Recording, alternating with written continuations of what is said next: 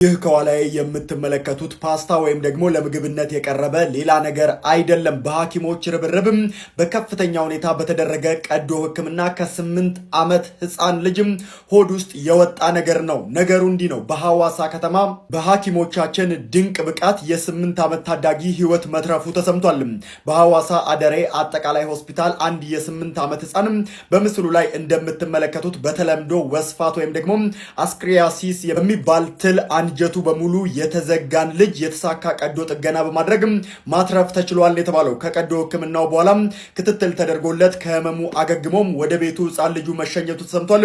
የተሳካ ቀዶ ጥገና በማድረግ የልጁን ነፍስ ለማዳን ሙያዊ ኃላፊነታቸውን የተወጡት ዶክተር ኢያሱ ኤልያስ፣ ዶክተር ጽዮን መለሰ፣ ሰላማዊት ወልደ አምላክ፣ ሲስተር አብነት ታገለና እንዲሁም ደግሞ አቶ ሹምባ ዶጋሞ መሆናቸውን ከሐኪሞች ገጽ ላይ ተመልክተናል።